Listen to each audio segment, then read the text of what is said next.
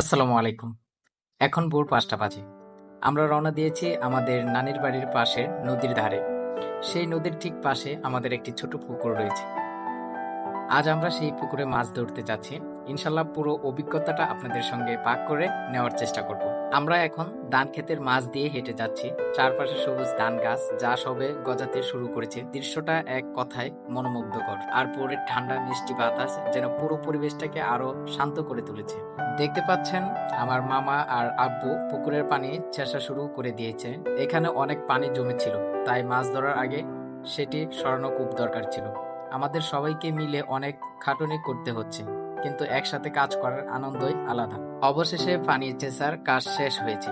এখন আমরা সবাই মিলে পুকুরে নেমে মাছ ধরছি। তবে পুকুরে এত কাদা যে প্রায় কোমর পর্যন্ত ডুবে যাচ্ছি।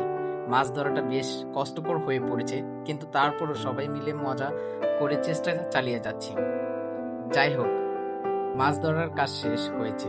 এখন আমরা ফিরছি বাড়ির দিকে। বাড়িতে গিয়ে আপনাদেরকে দেখাবো আমরা কতগুলো মাছ ধরেছি। দেখতে দেখতে পৌঁছে গেছি মামার বাড়িতে। এই দেখুন আমাদের ধরা মাছগুলো অনেক সুন্দর, টাটকা ও বেশ কিছু মাছ পেয়েছি।